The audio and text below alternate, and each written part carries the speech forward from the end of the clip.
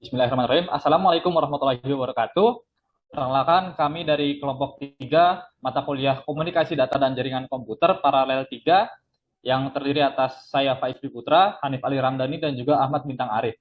Jadi di sini kami akan menjelaskan tentang proyek akhir dari mata kuliah ini, yaitu menginstal salah satu aplikasi web untuk proyek akhir ini. Jadi kita dapat memilih salah satu aplikasi dari GitHub yang tertera pada dokumentasi di GitHub Audiza. Nah, jadi untuk proyek ini kami mengambil repositori yaitu I Hate to Budget. Jadi ini merupakan aplikasi untuk budgeting pengeluaran kita. Tuh. Nah, untuk penginstalasi dan sebagainya kami menggunakan Docker dan di deploy untuk teknisnya akan dijelaskan. Oke, di sini saya akan menjelaskan mengenai bagaimana cara untuk instalasinya. Nah, di sini kami menggunakan virtual machine dari Azure ya. Sudah saya bikin juga. Ini untuk operating sistemnya kami menggunakan Linux Ubuntu versi 20.4 dan untuk spesifikasinya menggunakan satu virtual CPU dan 1 GB memori. Di sini juga sudah dikonfigurasikan untuk apa ya, koneksinya gitu kan. Sudah ada public IP address dan juga DNS name-nya udah di set juga. Jadi setelah di deploy nanti bisa langsung masuk ke DNS name-nya. Kita langsung saja buat instalasinya. Ini saya akan mengkoneksikan dulu di lokal ke virtual machine-nya. Nah, jika sudah masuk, ini sudah masuk. Kemudian saya menggunakan sudah membuat apa ya buat otomatisasi installnya gitu. Di sini ada yang .sh, setup.sh, startup.sh, top.sh dan user.sh. Untuk memulainya saya menggunakan setup.sh dulu. Di sini akan menggunakan GitHub repo-nya. Setelah di setup, kita akan mengubah dulu apa yang ada di dalam apa namanya repo-nya gitu. Karena harus ada sesuatu yang diubah, misalnya untuk konfigurasi dari tampilan webnya gitu. Di sini saya ada script lagi namanya change.sh. Nah, di sini kita bisa lihat untuk change.sh ini ada Django secret key.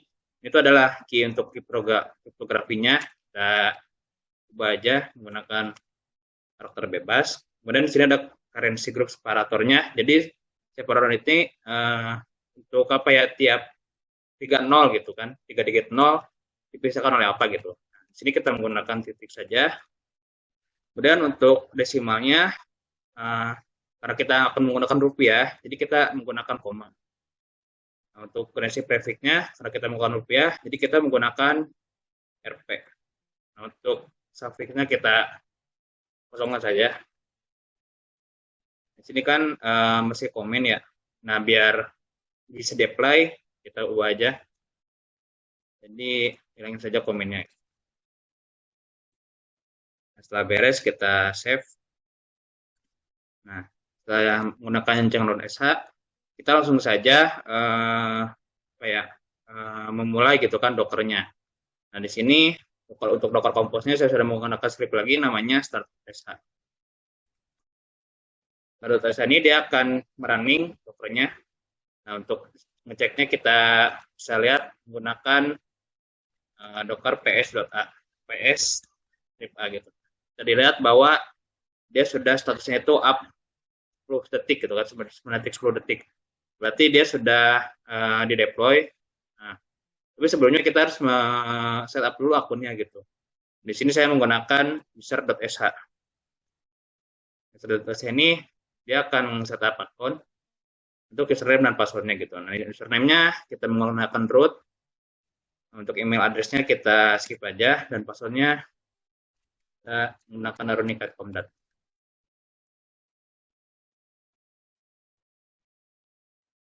sudah di setup, kita akan lihat dulu apakah sudah berhasil atau tidak.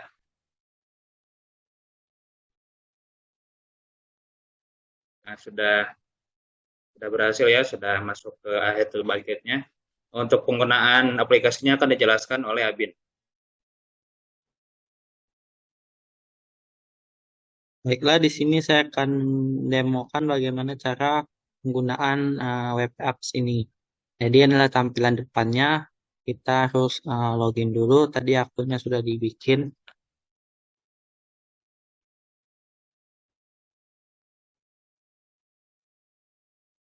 Oke, ini adalah tampilan homepage-nya.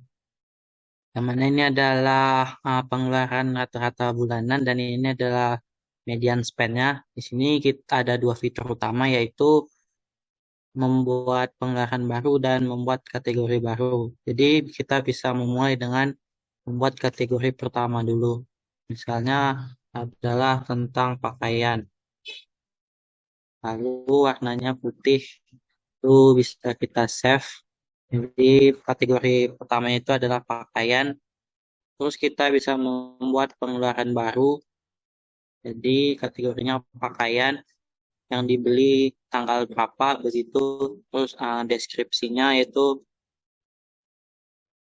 terus Amon ini untuk berapa harga bajunya, misal 150.000. Terus kita save. Nah, ini adalah pengeluaran yang ada di bulan Oktober 2022. Nah, kita bisa melihat overview atau berapa atau bagaimana grafik dari pembelian bulanannya. Ini Oktober ini warna putih, ini ada 150.000. Terus misal jika kurang kita bisa bikin kategori, bisa bikin pengeluaran baru. Kalau nggak mau pakai kategori, bisa juga.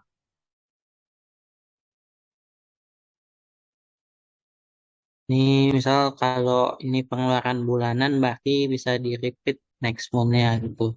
Dan di overview bisa dilihat lagi. Nah, ini untuk yang putih ini yang pengeluaran pembelian baju, yang abu-abu ini untuk pembayaran kos tadi. Nah, jadi itu adalah fitur-fiturnya, dan jangan lupa kita bisa melihat story atau riwayat dari apa saja yang sudah kita keluarkan, dari namanya, bulan, dan sampai harga serta deskripsinya. Oke, setelah menggunakan ini kita bisa logout dulu atau sign out. Oke, jadi itu adalah demo dari penggunaan aplikasi I Had to Budget. Baik, selanjutnya saya akan menjelaskan sedikit tentang pembahasan dari aplikasi web ini. Nah, sebentar saya akan share screen terlebih dahulu.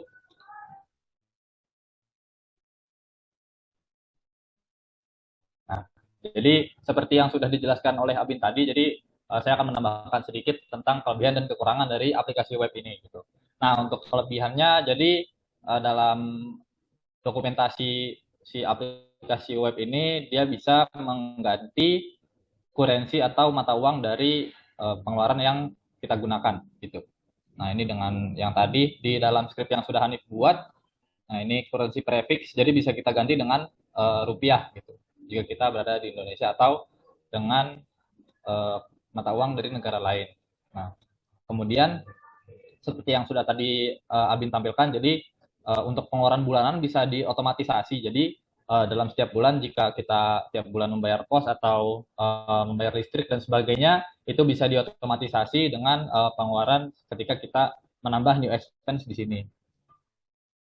Nah, kemudian selain itu aplikasi ini juga dapat melihat insight dari pengeluaran kita per bulannya gitu. Jadi di sini bisa dilihat apa namanya kayak kurva atau grafik dari pengeluaran yang kita gunakan di setiap bulannya.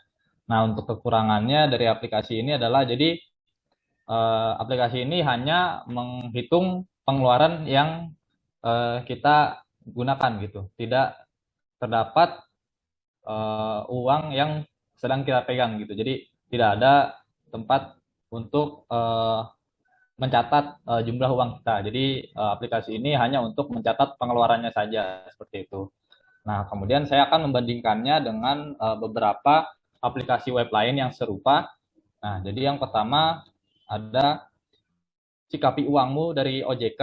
Nah, jadi untuk aplikasi ini, jadi kita bisa menghitung harta yang ada di manapun tempat uang kita berada. Misalkan ada di dompet, di celengan, di bawah kasur, tabungan di bank, dan sebagainya. Termasuk harta non tunai seperti rumah, tanah, dan sebagainya. Nah, kemudian setelah itu, selain harta, kita juga dapat menghitung utang yang kita miliki. Gitu. Nah, jadi di sini juga terdapat harta kotor dan juga harta bersih yang mana sudah dikurangi dengan utang. Seperti itu. Nah, jadi kekurangannya untuk aplikasi ini sepertinya tidak dapat disimpan, tetapi aplikasi ini dapat menghitung apakah keuangan kita sehat atau tidak. Jadi dihitung dari eh, mungkin dari harta dan utang yang kita miliki, lalu dari penghasilan dan pengeluaran yang kita lakukan gitu. Nah, kemudian selain aplikasi ini, kami juga akan membandingkan dengan salah satu aplikasi lagi yaitu Money Lover. Jadi salah satu kelebihan dari Money Lover ini adalah dia dapat menghitung atau mencatat sumber keuangan kita gitu. Jadi misalkan kita punya dompet dan kita bisa menambah uh, tempat uang lagi. Jadi misalkan kita punya rekening di bank atau punya celengan atau punya dua dompet itu bisa dicatat. Nah, seperti itu. Nah, kemudian untuk aplikasi ini berbeda dengan web app Ahead to Budget tadi. Jadi untuk kategorinya sudah disediakan oleh aplikasi ini gitu. Jadi misalkan kita akan menambahkan transaksi baru, nah di sini kategorinya sudah disediakan oleh aplikasinya. Seperti itu. Jadi kalau misalkan di I had to budget tadi kita menambahkan kategori secara manual, jadi bisa bebas. Nah, tetapi memang lebih effort ya kalau misalkan kita harus menambah kategori sendiri gitu. Ya mungkin sekian saja dari kami. Lebih dan kurangnya mohon dimaafkan. Wassalamualaikum warahmatullahi wabarakatuh.